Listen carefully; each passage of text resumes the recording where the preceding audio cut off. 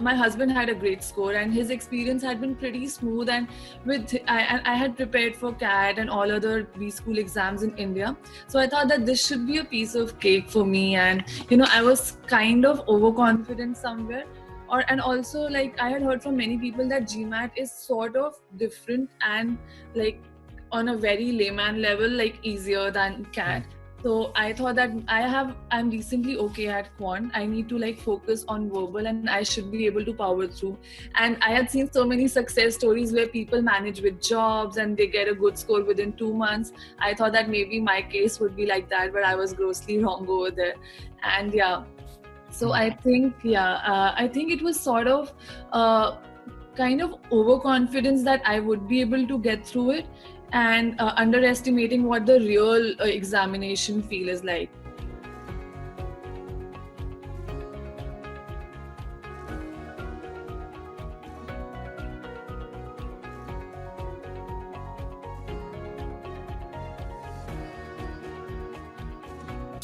Good in quant. Again, you've taken the CAT, and so that explains. And on the verbal side, it wasn't great. And I'm actually looking at your ESR. This is your ESR over here.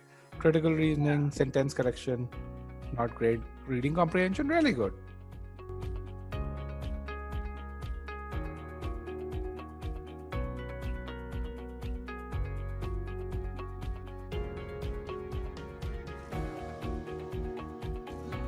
So I knew that the low-hanging fruit here would be sentence correction, because if I practice enough, it kind of becomes like a process of, like, when I went back to EGMAT and studied it again, I realized that more and more I internalized that process of understanding the meaning and applying the basic text of what could possibly go wrong.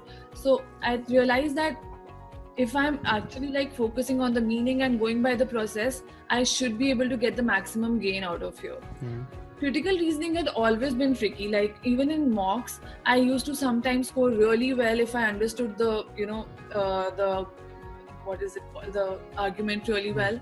And sometimes it used to be like, when I'm not focusing enough, or probably when a topic is out of my comfort zone. For example, if it's just too much philosophy, or just like if the argument is just too big, and like sometimes you get like when you read it at the first view, you feel like this is I don't think I'll be able to, and then you just still go at it because you have to. Yeah, because you have to. And also, like, I had not really started approaching questions like, okay, I don't think this is going to be good, I should just skip it and guess and probably use this time at another question. So I think time management also was not that great in the initial attempts. So yeah, I used to approach each question with, like, full enthusiasm and the intention of getting it correct, instead of being smart about it, probably understanding the GMAT scoring pattern, and then understanding that one wrong question would probably not matter in the entire... It doesn't, and that's the beauty of a computer adaptive test.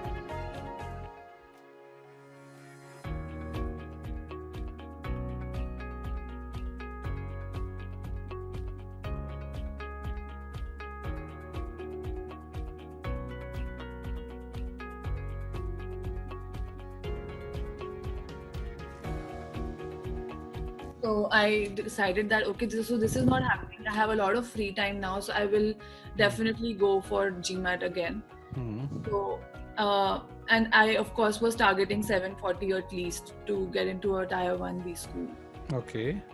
Yeah, so then I went back, and then this time I was like, there is no chance I'm getting, less than 740. I think I approached it both on quality and quantity. I purchased the more official mocks this time, and I also went for Experts Global mock test. So I think around similar times EGMAT had come up with their mocks, but I had done a lot of Scholaranium questions, so you were not eligible for the mocks. Yeah, I think EGMAT was really honest about it, that it's not really right for you because it would not give you the right picture. Okay.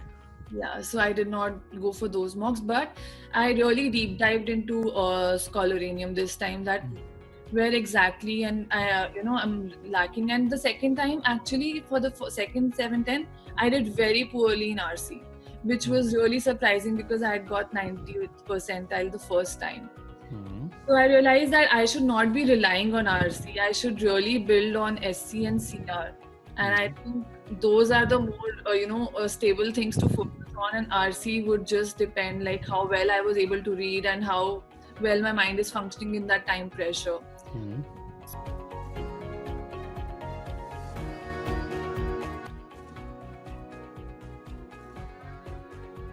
For the third time, I was really focused on mastering CR, I would say. And CR, I think I really used to enjoy CR, but I always used to feel betrayed that why CR not giving me the same love, because I used to really love reading those arguments and understand that, okay, now this would be the question, this is so logical, this is such common sense. But I realized that when I was reading, I was actually reading it like a story and then focusing on the entire story. This time I just found a conclusion and focused on that. Like the way that GMAT says that find the conclusion and find the premises. I think I did that and stopped questioning the premises, because my husband is very good at CR, and when I used to argue with him that why is my answer not right, and he used to be like, your argument is so all over the place, you need to like stick to what exactly the question is asking. What the conclusion is about. Yeah, and you cannot question that, I mean, this cannot happen or that cannot happen when we are talking about an entirely different thing here.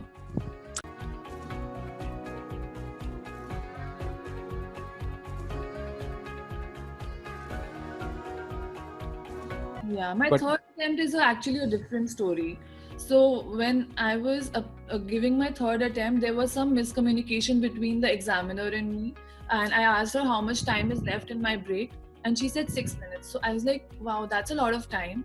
And I just went back to because I realized that in my earlier two attempts, I was not taking enough break, and I was just thinking of going back in. So I was just deep breathing, and when I went back inside, it said, you have exceeded your break time by 4 minutes. Oh, wow. So I think she meant that you are 6 minutes into your break, and she did not hear my question correctly. And when you see that you exceeded in verbal, like I think I would have managed that in quant, but in verbal, and I was just so, tense. I remember like my hands were shaking, and I was really nervous because I wanted to make up for that time. And and GMAT is an exam of mental balance for sure. Oh, it is a huge part. How composed you are. And I was expecting like 600 or 500. I was like, this exam is gone for sure, and I don't know what's happening GMAT. I was getting all sorts of thoughts of applying with 710. Everything other than the exam in front of me was going on in my head. So you did phenomenally well then. And that's when exactly when I came out, I was like, if I'm getting 710 with this mental setup, I think I should give a re-exam. And GMAT has been quite supportive about it. I told them about the experience that there had been a miscommunication. And also before that, when I was writing my quant exam, I was asking for a sheet for a new rough book. And they were not looking at me, and I told them that I was trying to get their attention, but she was not there, and you can review it in their videos. So they came back to me and told me that you can write your GMAT for $60.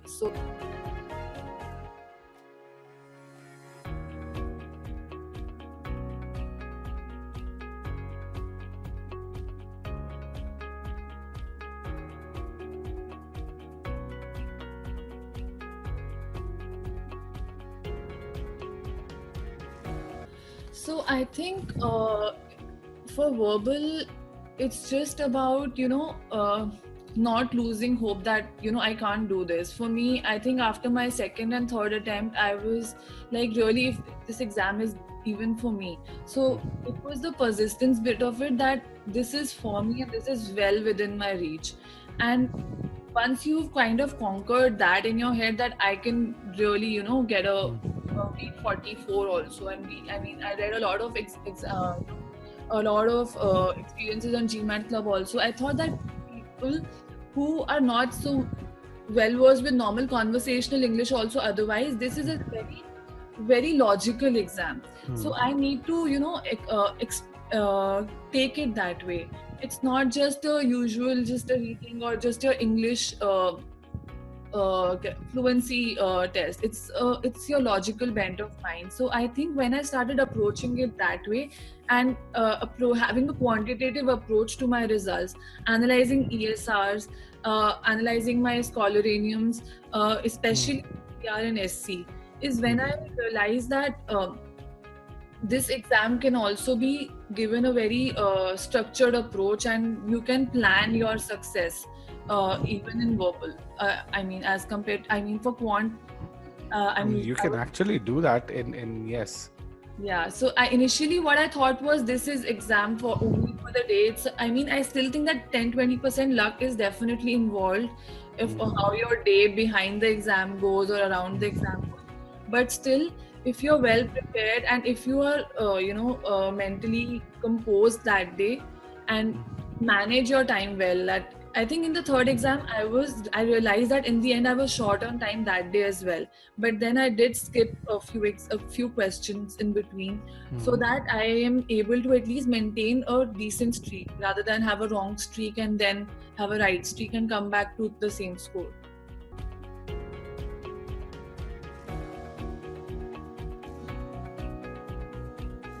And when I look at the concept scores, I look at, hey, pretty much all the course was done. I see good time spent and many of the files over here. I think I did them twice. Okay. And I filtered this out because I'm only focused on concept quizzes over here, but really good time spent. And then when I look at practice quizzes, let me just filter the practice part over here. Again, very good time. So how did you approach the application files?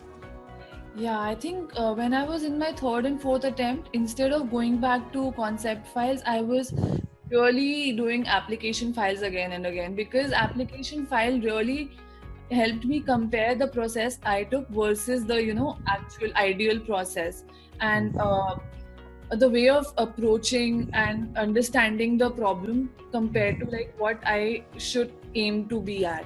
So I think that application quizzes and both for CR and SC really helped me fine tune my process of the question approach and. So let's go a bit more deep over there. So give me an example during your third or your fourth attempt where you say, hey, I solved a question this way, and I look at the solution. That's how Payal approached the same question. Yeah. So I think for SC exam, for example, I realized that I was looking at the sentence as a whole and probably thinking that, okay, verb tenses and like the entire approach that Payal has, that of the 8 pointers. But I would usually dive into that process first. Got it. That before understanding it might lead to wrong, interpretations of the errors as compared to first understanding the meaning, and then I think it really fastened the process also, because when I was trying to understand the meaning, and because I practiced so many questions and seeing Payal doing so many questions, I could, while understanding only, I could make a note that okay, these are the errors. These are the errors. I would probably go back to the 5-6 errors list where I was going for it. Similarly for critical reasoning, I think I just fine-tuned my understanding of identifying the conclusion and what exactly are the premises, especially like understanding and also like understanding the question stem. So I realized when the questions get more difficult, the question stem does tend to sometimes get tricky, and when you are understanding that, okay, ultimately I realized that if I'm able to understand the assumption bit of it, I would be able to do most of strengthening questions, assumption questions of course, and weakening questions as well, because it's mostly around what assumptions have they made and trying to bake that, because it is always something new beyond the question, and assumption is the unsaid part of the argument. Yes. So once I was able to identify the assumptions in the argument, I think it really helped with with okay, that's good.